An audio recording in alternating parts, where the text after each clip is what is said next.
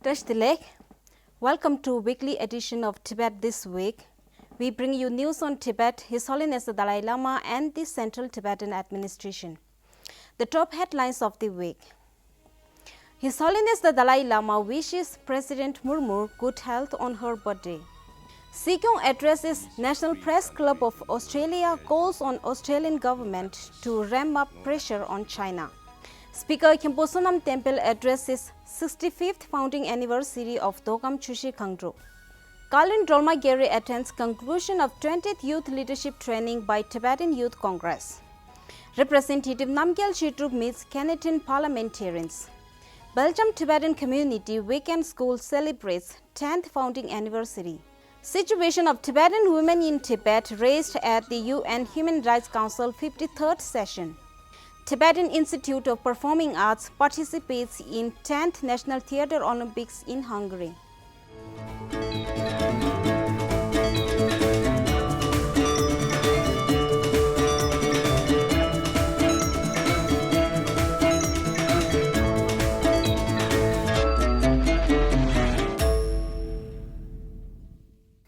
His Holiness the Dalai Lama congratulated Srimati Draupadi Murmur, the President of India, on her 65th birthday on Tuesday this week.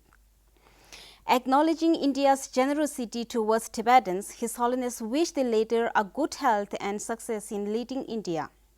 On Monday this week, His Holiness met with Buddhist followers from Solokhombu district in Nepal and reminded the group that the real blessings of Avalokiteshvara will be bestowed upon the acts of kindness.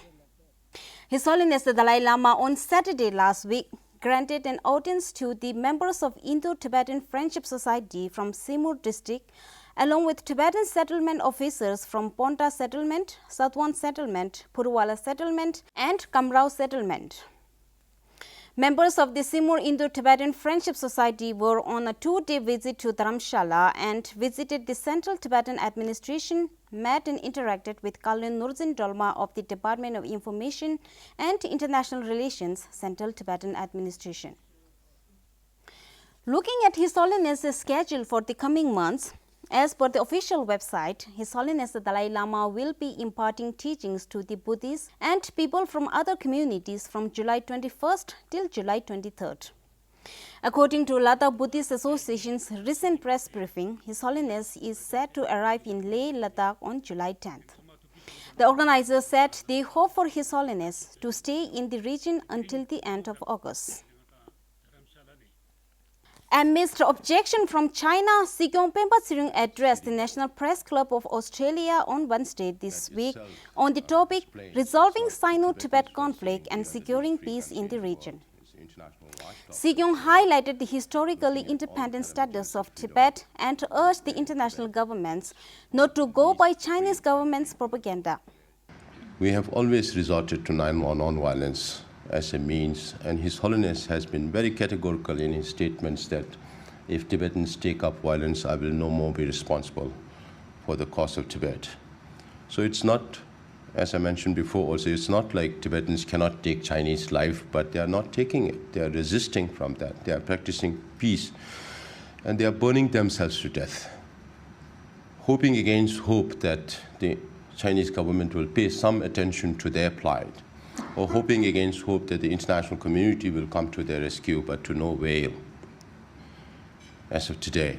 But I keep reassuring my people that in such a peaceful movement like Tibet, these are accumulations of actions, and all their sacrifices will not go in vain. It will have its results in the end. But when you follow non-violence, it's a more difficult path.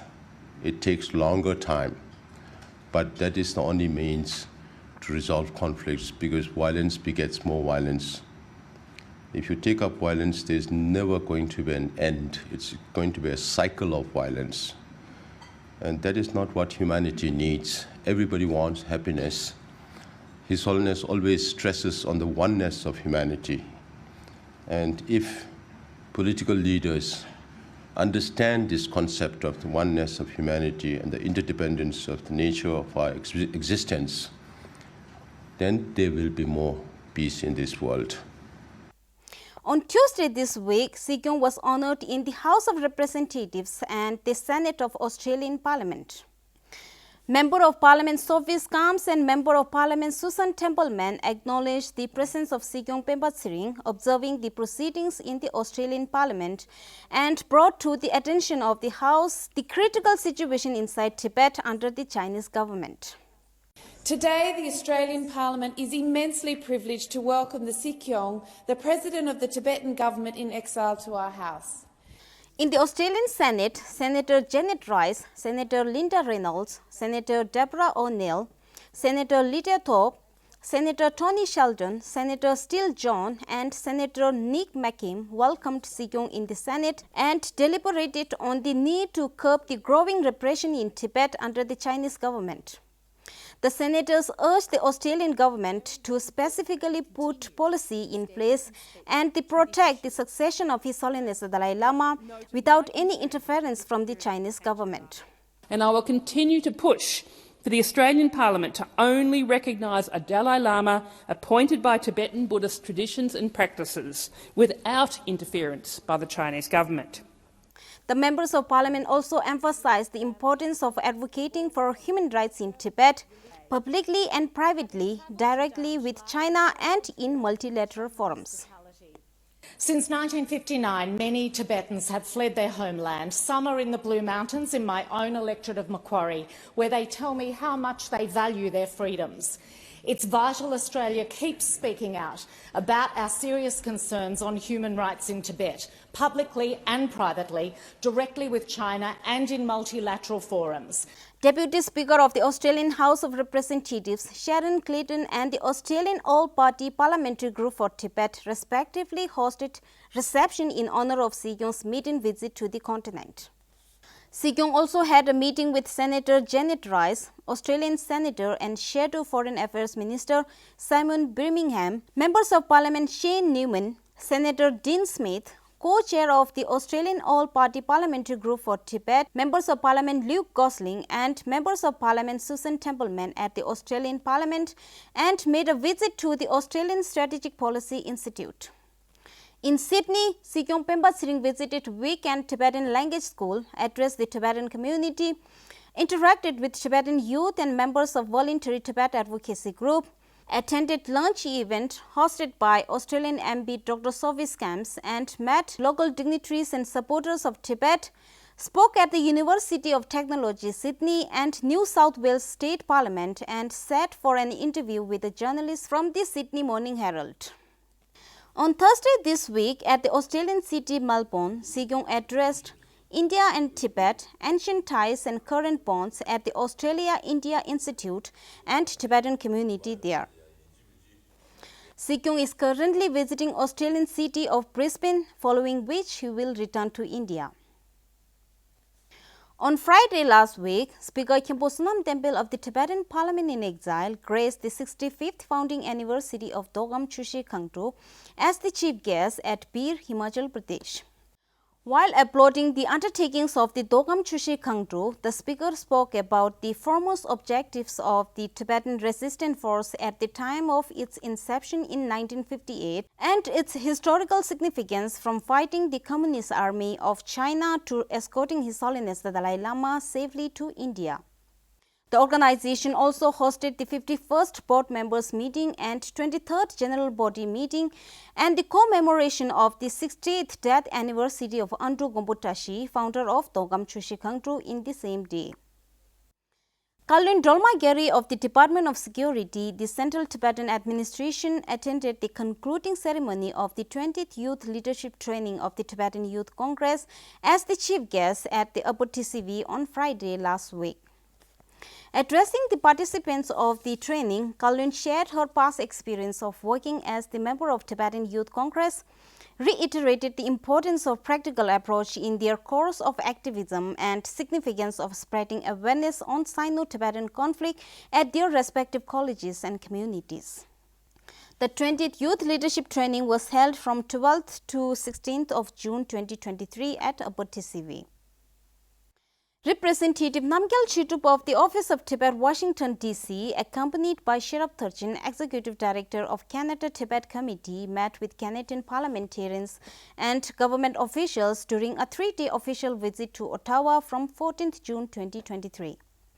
Representative Choedup addressed the caucus of the Bloc Québécois, chaired by the party's leader Yves François Blanchet, met with members of parliament Alexis Brunel, Parliamentary Friends of Tibet Chair, Members of Parliament Arif Virani, Vice Chair, Members of Parliament Garnet Guinness and Vice Chair James Maloney, senior officials from Global Affairs Canada, Tibetan youth interning for the Parliamentary Friends of Tibet, and the members of the Tibetan community in Ottawa.